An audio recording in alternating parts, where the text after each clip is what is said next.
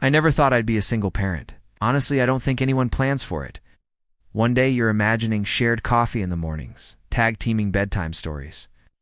And the next, you're standing in the kitchen alone, staring at a stack of bills, wondering how the hell you're going to keep the lights on when her mother left. My daughter was barely a year old. She was still at that stage where her tiny hands would curl around my finger like it was the whole world. And I guess for her I was, for me, she was too. Those first few years were chaos in slow motion. I'd wake up before sunrise, make her a bottle, and sit in our little apartment kitchen, the kind with peeling linoleum and a window that always fogged up in the winter. The heat never worked quite right, so I'd wrap her into blankets while I drank instant coffee that tasted more like survival than comfort. Work, daycare, home, repeat. There were nights I'd collapse into bed still wearing my work clothes. There were weeks when my dinner was just whatever she didn't finish. And every time I thought I couldn't do it anymore, she'd toddle over with that lopsided grin. And it was like my heart grew armor. I missed out on a lot of the so-called good years adults are supposed to have. No spontaneous trips, no late-night parties, no buying something just because I wanted it. My life was diapers, budget grocery runs, and making sure the rent check cleared. But you know what? I wouldn't trade it. Because every sacrifice, every missed opportunity, turned into another piece of the foundation I was building for her. 30 years. 30 years of doing the job of 2 people, sometimes 3. And yeah, I carried a quiet pride about it. Not the loud, put self on the back kind. Just the kind where you look at the person you raised and think, yeah, I did that. We made it. We weren't just parent and child. We were a team. At least that's how it felt.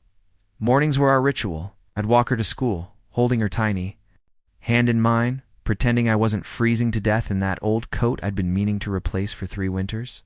She'd skip along beside me, telling me these wild, made-up stories about her classmates, you know. The kind where a spelling test somehow turns into a spy mission involving unicorns. Bedtime was another thing. I'd read her stories, but she always insisted on adding improvements. Cinderella didn't just go to a ball. No, in her version, she became an astronaut and went to space. I'd pretend to roll my eyes, but secretly, I loved it in school events. Oh, I was that parent. Front row at the spring concert, camcorder in one hand, flowers in the other. Everyone else had their little cliques of moms and dads chatting. In the back, me. I was the guy clapping way too loudly for a group of 8-year-olds singing Twinkle Twinkle Little Star. We had our share of single-parent chaos too. It's like the time I tried to make pancakes and forgot the baking powder. They came out looking like sad, deflated hockey pucks. She laughed so hard she nearly cried and then ate them anyway, drenched in syrup, 'cause it's the thought that counts, Dad. There were milestones, her first bike ride without training wheels, her first school dance, the college. Acceptance letter she opened with shaking hands. I was there for all of it, not just physically, but present. I thought that mattered. I thought she knew. Looking back, those memories feel like old home movies, a little grainy, a little warm, around the edges. And if I close my eyes, I can still hear her laughing in the kitchen that morning. The burnt pancake smoke curling toward the ceiling, it didn't happen all at once. That's the thing about distance. It doesn't arrive like a thunderstorm. It's more like fog. One day the view's clear, and the next. You realize you can't quite make out the shapes anymore. After she got married, I expected things to change a little. That's normal, right? New routines, new priorities, but still, I thought we'd keep us. Our calls got shorter, sometimes. I'd get her voicemail and think, okay, she's probably busy. Then it became normal. Missed call here, a late text there. When her son was born, I thought foolishly this would bring us closer. A whole new chapter for both of us. And at first it felt that way. I'd hold my grandson and think, here we go again, another life to love. But somewhere between diaper changes and birthday invitations, something shifted. Visits felt different, more formal. Like I was a guest in her life instead of someone who built the foundation it stood on. I'd catch little signs the way she'd introduce me less warmly. Our conversations skimmed the surface instead of diving deep like they used to. Once I showed up early for dinner, and she looked almost startled. Not in a bad way, but in a, you weren't supposed to see this part of my life way. I told myself it was nothing. People change. Schedules get busy. Life moves on. But late at night, sitting at my kitchen table, I'd scroll through old photos on my phone, her first school play, her graduation, our ridiculous pancake mornings, and I'd feel this quiet ache in my chest, because deep down, I think I knew something was slipping. I just didn't want to admit it. It showed up in the mail one Tuesday. It's a bright, cheerful envelope with cartoon balloons printed along the edge. My grandson's 2nd birthday. I smiled at first. These things matter to me. I've never missed one of her milestones, so of course I was going to be there for his. But then I read it. The wording was strange. Join us for a celebration with family and friends, it said, hosted by Mom, Dad, and Grandpa Mark. Grandpa Mark, that's her stepfather, not the man who raised her, not the man who stayed up with her all night when she had the flu, or taught her how to ride a bike. Know him. The man who came into her life when she was already grown.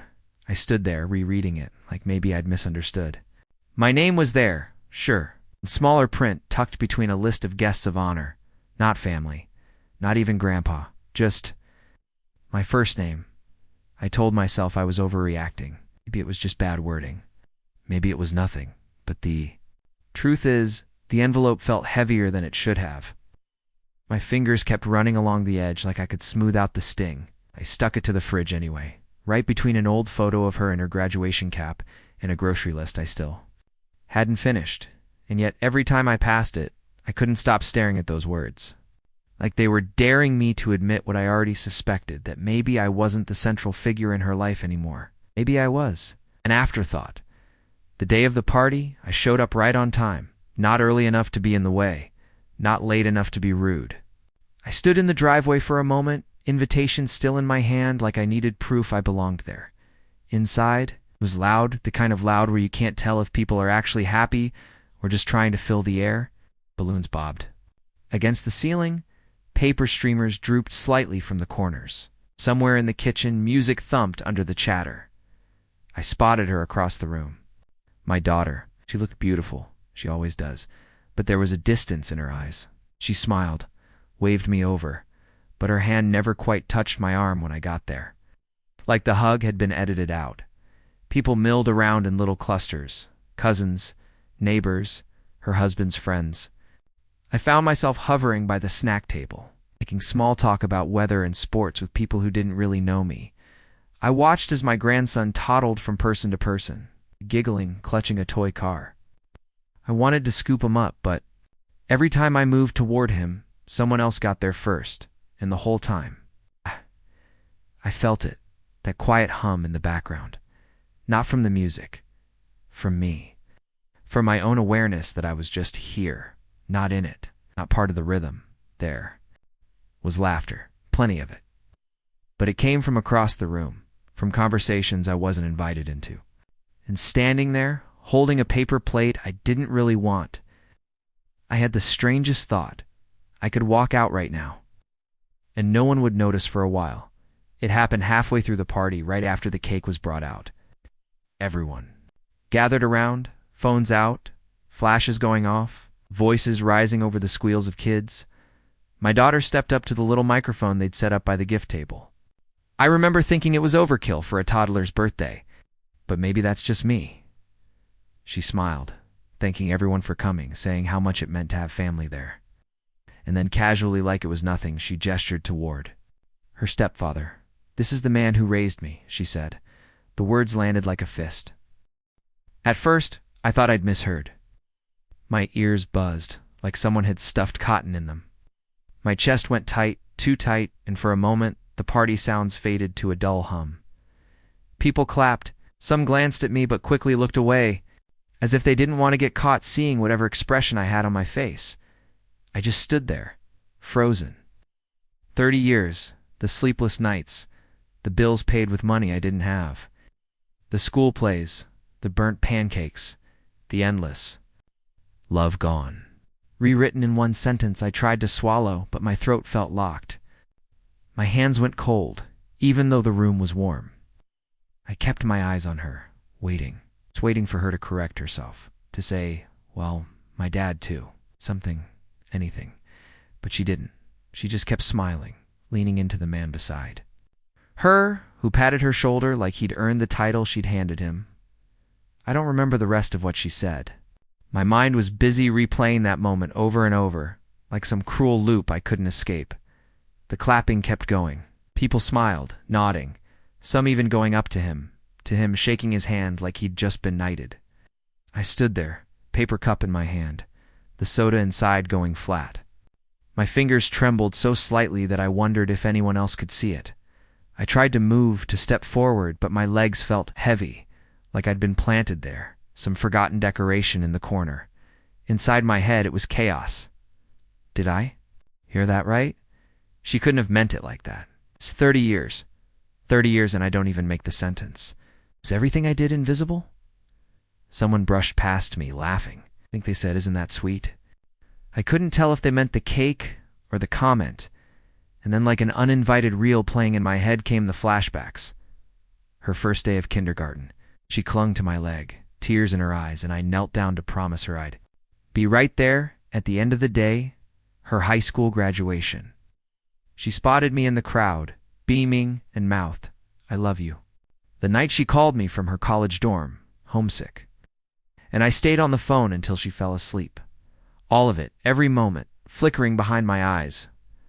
While in the present, I just stood there. People kept moving, kept talking, like nothing seismic had just happened. I took a sip of my drink. Not because I was thirsty, but because I needed something to do with my hands. The sweetness tasted wrong, artificial, clinging to the back of my throat. And I thought, so this is it. This is what it feels like to disappear in real time. I don't remember deciding to leave. One moment I was standing there, the noise of the party pressing in around me, and the next. My feet were moving toward the door. No goodbyes, no explanations. Just the quiet shuffle of my shoes on the hardwood. It's the kind that gets lost under laughter and music. The hallway was empty, the kind of empty that feels like it's holding its breath. Each step echoed just enough to remind me how alone I suddenly felt. My chest ached, not sharp, not dramatic, just that deep, heavy ache you can't rub away. I passed the coat rack, grabbed mine, and noticed my hands were still trembling. It wasn't the cold. Outside, the air felt cooler than it should have, like the day had turned on me too. I walked to my car slowly, half hoping someone would notice, half praying no one would. The party sounds were still faintly there, muffled. Music, bursts of laughter, but they were getting softer with every step. And I thought, that's it. That's the sound of my place in her life fading away. I slid into the driver's seat and just sat there for a moment, staring at my hands on the steering wheel. The raindrops started small, dotting the windshield, then grew heavier, blurring. The world outside, I didn't start the engine right away. I just listened to the rain and felt the weight of 30 years pressing against my ribs, whispering a question I didn't want to answer. What now? The first few days after the party were quiet in that strange, too loud way. No calls, no texts. Just me, the hum of the refrigerator, and thoughts I couldn't seem to turn off. I kept seeing it, her face, her voice, that single sentence that sliced 30 years clean out of my history. It wasn't just what she said, it was how easily she said it. It's like I'd been erased long before the words ever left her mouth. I didn't touch the invitation on the fridge. Couldn't every time I walked past it. Nice. Caught on those printed words like a fishhook in my chest. One afternoon, I pulled out the old box from the closet, the one with years of photographs, report cards, and crayon drawings with "I love you, Daddy," scrawled in crooked letters. I spread them out on the table, sunlight cutting through the blinds in narrow lines, dust floating in the still air, and as I flipped through them, I remembered the late nights with her asleep on my chest, the times I skipped meals so she wouldn't have to, the way she used to look for me in every crowd. Those things were real. They happened. No announcement, no reworded history can take that away. I found myself reaching for a pen in my old journal. I started writing. Not about her, not about the party, but about the moments that made me proud to be her dad. It felt grounding, like I was pinning my own life back into place. Because here's the truth I realized. She can rewrite her story all she wants, but my version still exists. Mine is the one I can live with. I've replayed that day more times than I care to admit. Every time there's a part of me that wants to step into the memory, grab the microphone and say, no, that's not how it happened. Let me tell you the real story. But life isn't a movie. You don't get retakes. Here's what I've learned, sitting with this. Love doesn't need to be acknowledged to be real. It doesn't vanish just because someone stops saying thank you or forgets where it came from. Love leaves its fingerprints. Mine are all over her life, whether she chooses to see them or not. They're in the way she knows how to stand up after being knocked down. They're in the way she tucks her son in at night. They're in the quiet resilience I spent 30 years giving her. And yes, it hurts. It will probably always hurt in that low, dull way you can't quite name. But hurt doesn't erase truth. The truth is, I raised my daughter. I was there when no one else was. I gave her everything I had, and more. And no speech, no reintroduction, no carefully chosen wording. We'll change that, so I'm letting go of the need to be written into her version. Because my version, the one I lived, is enough.